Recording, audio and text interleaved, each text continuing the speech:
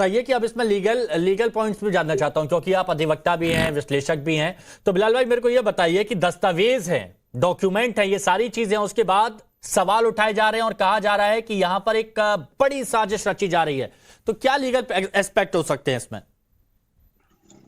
देखिए, इस तरीके से ये सवाल उठाया जा रहा है, ये आज से नहीं उठाया जा रहा है, लेकिन लीगल पॉइंट पे जब ऑलरेडी सारे जितने भी डॉक्यूमेंट्स है वो प्रोवाइड किए गए हैं, उसमें रजिस्ट्री भी है, सारी चीजें, तो उसको तो लीगल का कोई मसला नहीं बनता। लेकिन जो लोग वहां पर मस्जिद को लेकर, नमाज को लेकर, अभी जो जुमा है आज, जुमे की नमाज न पढ़ने की बात करने वाले लोग भी मैंने अभी देखे, और वहां के जो पक्ष हैं, चाहे मस्जिद के केयर टेकर, उन्होंने कहा आज नमाज के लिए नहीं आएंगे। तो ये आप उससे अंदाजा लगा लीजिए कितना माहौल बिगाड़ने की बात है कि वहां जुमे की नमाज नहीं हो रही है। जो वहां 50 साल से लगातार नमाज होती थी, लेकिन नमाज नहीं हो रही है।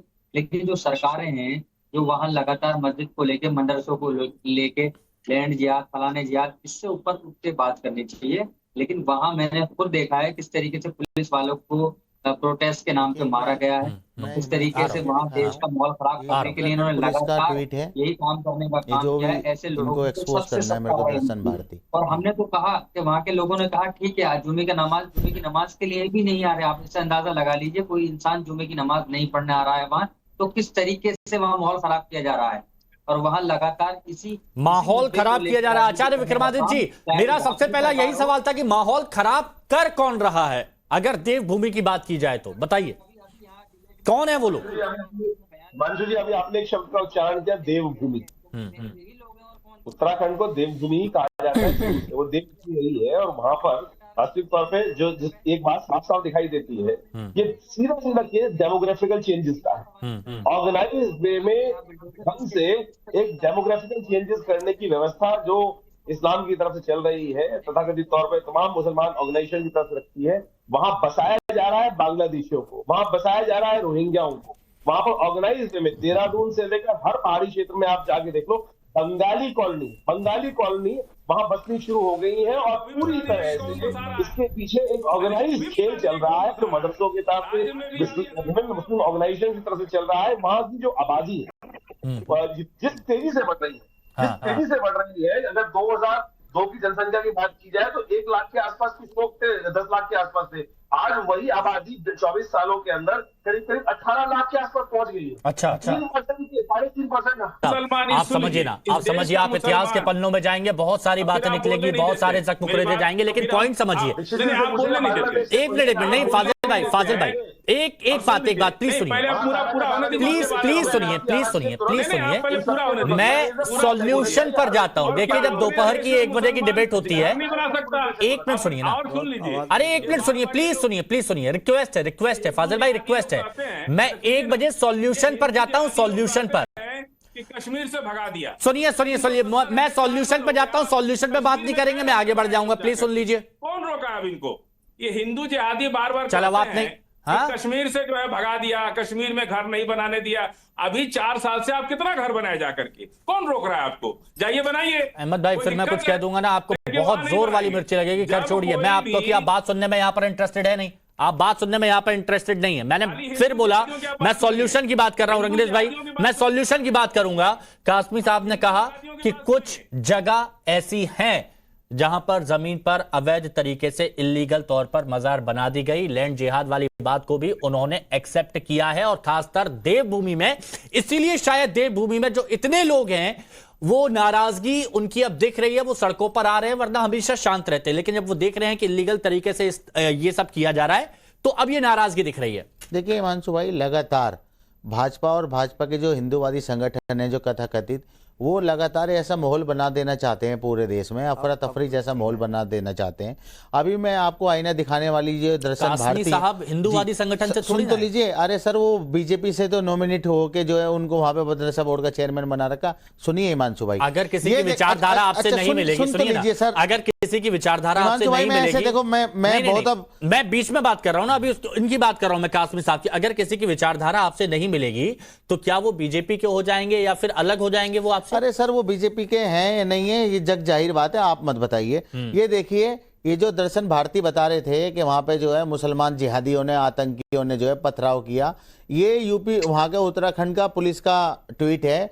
उन्होंने बताया ऐसा कुछ नहीं था, ये फेक है। तो इसका मतलब ये क्या क्या पूरा पहले पढ़ ही के माफी मांगे। पूरा पढ़ के बताइए ना क्या इसमें है लिखा है उत्तरकाशी में जनक्रोश रैली में विशेष समुदाय द्वारा किया गया पथराव सोशल मीडिया पर फैलाया जा रहा है भ्रामक जानकारी है, ये गलत है। हाँ, ये तो किसने पथराव किया है ये बताइए। ये पथराव जो दर्शन भारती हैं, इनके गुंडों ने जो ये कथाकथित हिंदू इसमें क्या नाम संगठन है, नहीं इसमें लिखा, एक मिनट इसमें लिखा गया हिंदुवादी संगठन की तरफ से पथराव हुआ। सर बताइए, ये पढ़ लीजिए ना सर, आप पूरा उन्होंने ट्वीट किया है। आप भेजिए मेरे को, मैं पढ़िए ना। आप बताइए, हिंदुवादी संगठन लिखा है उसमें, बिल्कुल बताइए।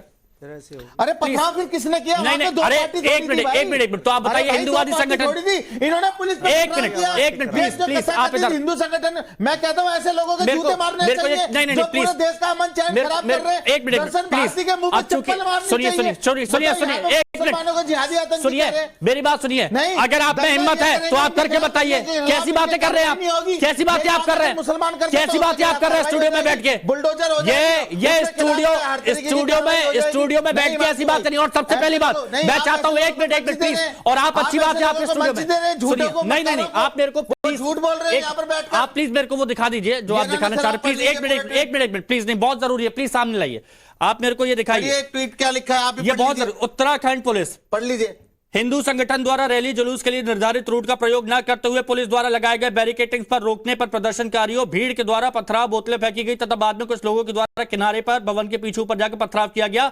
इसमें कहां पर यह लिखा गया है कि यहां पर किसी एक की तरफ से, चाहे वो हिंदू या मुस्लिम, पथराव किया? प्रदर्शन कर रहे थे हिमांशु भाई, क्या हो गया? मैं एक बात कह रहा हूं, आपने कहा कि इनकी तरफ से, उन्होंने कहा आपकी तरफ से, तो ये गलत है कि नहीं है? और ऊपर से सुनिए, नहीं, और आप सुनिए, और अगर झूठ बोलना बंद, और मेरी बात सुनिए, एक बात और क्लियर कर दूं रंजन भाई, अगर मैंने आपको बिठाया, एक मिनट सुनिए, मैं ये कह रहा हूं, एक मिनट, मैं फिर कह रहा हूं, सुनिए, फिर मैं कह रहा हूं रंजन भाई, अगर आप मेरी डिबेट में यहां पर आए हैं और कोई मेहमान यहां पर डिबेट में आया है, अगर कोई बिलाल भाई के लिए कहेगा कि इनके मुंह पे जूते मारने चाहिए तो वो भी गलत है। तो आप मेरे गेस्ट में किसी के लिए आप ये नहीं बोल सकते कि इनमें जूते मारने चाहिए, ये आपको अधिकार किसी ने नहीं दिया। और अगर आप ये बोलते हैं तो ये आपकी सोच बताता है। इनका इलाज यही है रावत साहब, ये बातों से मानने वाले नहीं है, रावत साहब, ये जूतों से मानने वाले लोग हैं।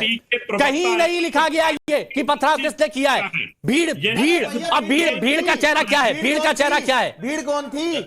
भीड़ का चेहरा क्या है? तो ये बताइए, जब देवी जाती है वहां पर पथराव कौन करता है? वहां पर क्यों कहती है आपकी हिंदुओं ने किया, मुसलमानों ने किया? लगातार वहां पे माहौल खराब कर रहे हैं, आप इसमें धर्म जोड़ रहे हैं लोगों के खिलाफ। भीड़ को आप हिंदू मुस्लिम नहीं कर सकते। डिबेट कर रहे हैं, इनको तो जेल में डाल देना चाहिए ऐसे लोगों को। एक मिनट, नफरती चिंटू है, नफरती चिंटू है। पार्टी के ये प्रवक्ता है ना रंगरेज जी, उसी पार्टी के जो बड़े नेता हैं उनका इतिहास भी इसी प्रकार का है, गंद बोलने का। उसी के भाई ने तो ये बोला था ना कि 15 मिनट के लिए पुलिस हटा दो, उसी के भाई ने बोला था। तो इनके प्रवक्ता भी इसी तरह की बेहूदी की बातें करेंगे। तो वहां आपको कुछ याद नहीं आएगा, वो भी बहुत जरूरी है, आईना दिखाना बहुत जरूरी है। अच्छा ठीक है, अब ये बताइए दर्शन भारती जी, आगे क्या? क्योंकि ये बताया जा रहा है कि देवभूमि की फिजा खराब हो रही है, अब आगे क्या?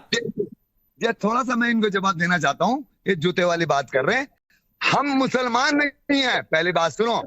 और दूसरी बात, हम कट्टरपंथी नहीं, हम हिंदू है, सनातनी हम लोग। और हम लोगों की भाषा इतनी गंदी नहीं हो सकती, इतनी नीच भाषा का प्रयोग हम नहीं कर सकते और हम करेंगे भी नहीं।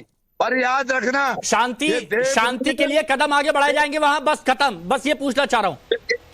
ना शांति तभी होगी जब देवभूमि में जिहाद और कट्टरपंथियों को रोका जाएगा।